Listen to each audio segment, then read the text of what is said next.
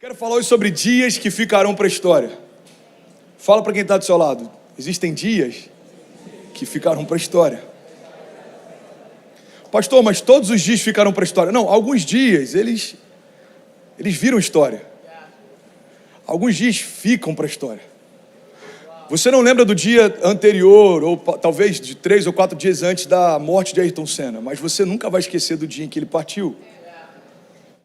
Eu não lembro o que eu estava fazendo no dia anterior ao 11 de setembro, mas eu lembro claramente o que eu estava fazendo no dia em que eu vi a notícia pela primeira vez. Talvez você não lembre, alguns aqui vão lembrar, mas talvez você não lembre o dia ou a noite em que o seu filho foi concebido, mas você lembra com certeza o dia em que ele nasceu. Vocês estão comigo, gente? Eu estou preocupado aqui hoje. Olha para cá, não se distrai não. Porque existem dias que viram a história, mas existem dias que marcam a história, entram para a história. É sobre isso que a gente vai falar hoje. Amém. Declara comigo, diga, dias que ficarão para a história.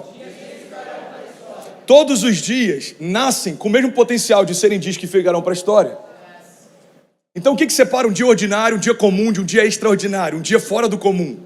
São as minhas escolhas. O que eu escolho fazer ao longo do dia é o que vai construir, o que vai se tornar aquele dia. Silvão aqui já jogou na seleção brasileira. Diz ele que já fez mais de 30 gols. Eu só vi um até hoje que fica em replay direto lá no YouTube. Mas certamente, você já jogou na Itália, em vários outros lugares, certamente existem dias que você acordou e falou, hoje é um dia que pode entrar para a história. O time que perdeu vai lembrar da derrota, mas o time que ganhou vai lembrar para sempre daquele último passe, aquele lançamento, aquele toque que fez com que eles ganhassem, e aquilo mudou a história deles. Existem dias que eles têm esse potencial. A questão é, irmão, pega isso.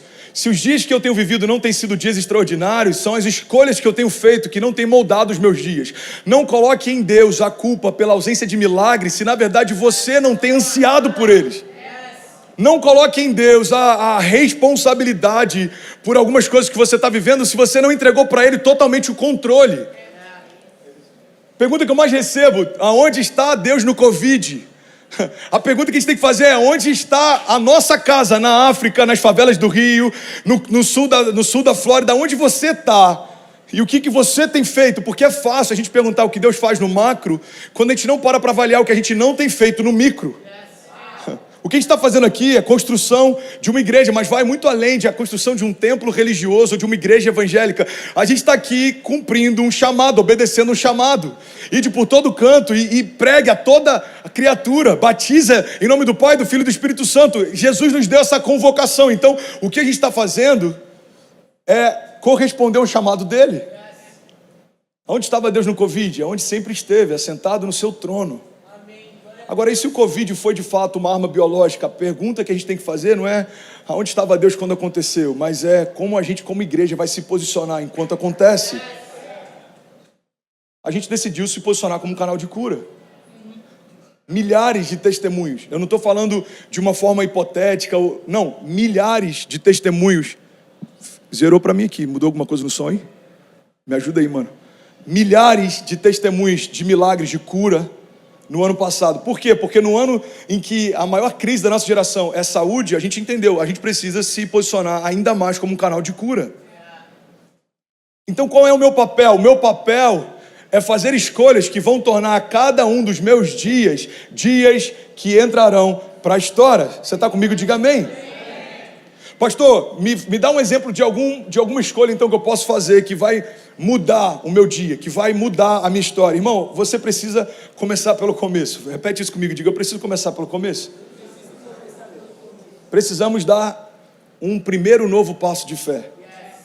Às vezes a gente não dá o primeiro porque acha que a jornada é longa, mas se você der o primeiro, a tua preocupação no próximo passo é só dar o próximo, e o próximo, e o próximo, e o próximo. A verdade é que se Deus mostrasse para a gente todo o processo, a gente não entraria em alguns dos processos. Ele mostra o final e qual é o primeiro passo que você tem que dar.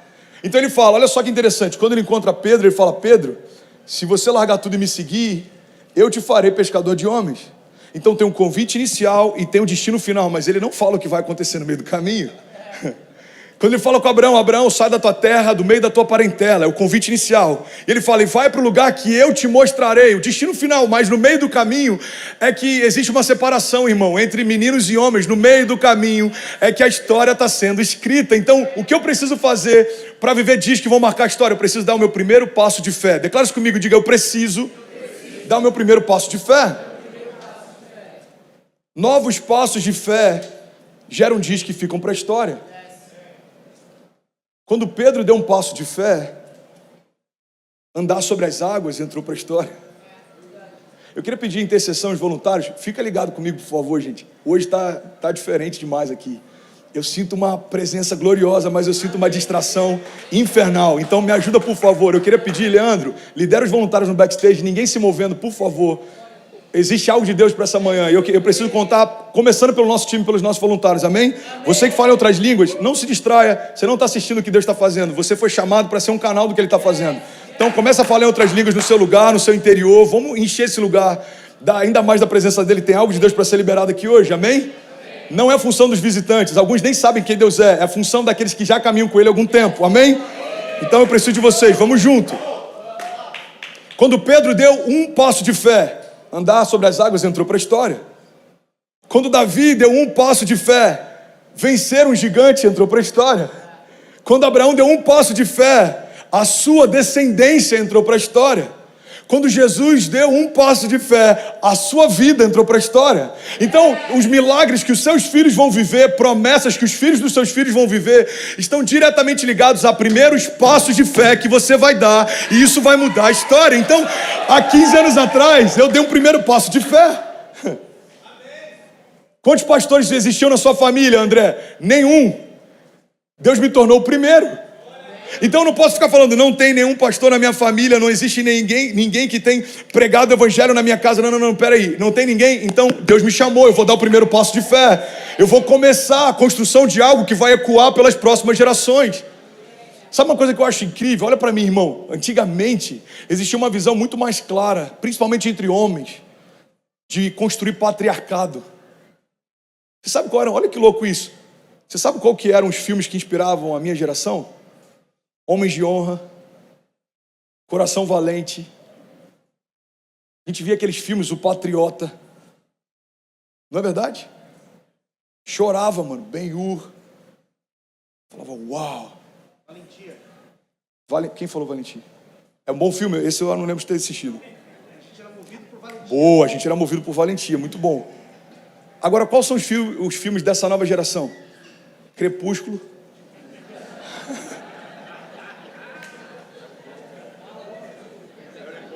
Harry Potter. Irmão, entende isso? Ah, pastor, mas isso não tem nada a ver com entretenimento. Mas é a expressão de algo que está acontecendo. Poderoso Chefão, tirando todo o contexto que existia por trás, ok? Não me entendam mal. Mas fala, fundamentalmente, e é por isso que mesmo sendo um filme que fala sobre crimes, atrai muitos homens. Porque fala de construção de patriarcado, fala de um homem que entendeu, eu vou construir algo que vai ser a base pela qual os meus filhos vão se mover. Você sabe por que os baby boomers, pessoas que vieram antes da geração Z, geração Y, a geração Touch, que é a geração dos nossos filhos hoje, por que eles eram tão preocupados com construção de patrimônio? Porque a visão deles é, eu preciso construir uma base sólida, que vai ser a base que os meus filhos vão se mover. O meu avô, por exemplo, um deles veio do Ceará e outro veio de Portugal. O meu avô que veio de Portugal entrou no navio e ficou, 40 anos sem retornar para ver a família. Então ele começou a trabalhar como pedreiro, depois ele começou a abrir um negócio, abrir um bar e depois ele começou a construir. E aí quando ele partiu, ele deixou inúmeros imóveis para a família, porque a concepção dele é, eu vou trabalhar incansavelmente para construir uma base segura para minha família. Ele entendia que ele estava construindo uma base sólida, um patriarcado. É comum a gente ver, há gerações atrás, alguém que falava, cara, o meu avô quando chegava, reunia todo mundo em volta da mesa. O meu bisavô, por parte de pai, ele tinha um único campo de pouso de Fortaleza. Então, quando o presidente ia para visitar a cidade, parava no campo de pouso do meu bisavô. Ele reunia toda a família e o presidente ia lá e falava com cada um dos filhos, deu um emprego federal para cada um deles. E ele era considerado um coronel sem nunca ter servido ao exército. Por quê? Porque ele começou do zero e fez história. Agora o que a gente precisa entender é o seguinte, irmão. Pega isso, em nome de Jesus. Gente, o Kid está demais hoje, hein? Alguém me ajuda, bota a criançada para brincar lá fora. Eu acho que é isso que está distraindo o pessoal. Alguém me ajuda a dirigir o culto enquanto eu prego. Eu não consigo fazer os dois, por favor. Por favor, senão me exponho aqui. É porque eu sou muito evangelístico. A minha preocupação é quem está visitando pela primeira vez e não vai ter um encontro com Jesus porque um grito tirou a sua atenção. Eu só quero que você saia daqui diferente como você entrou, amém? Eu estou aqui para isso, é o que me move. Se não acontecer isso, eu estou frustrado hoje. Não adianta ninguém falar, a pregação foi muito boa. Ok, teve salvação? Não. Então, a gente se perdeu em algum momento. A gente só está aqui para falar dele. Então, vamos voltar aqui. Pega isso em nome de Jesus, irmão. O que é esse desejo das gerações anteriores de construir patriarcado?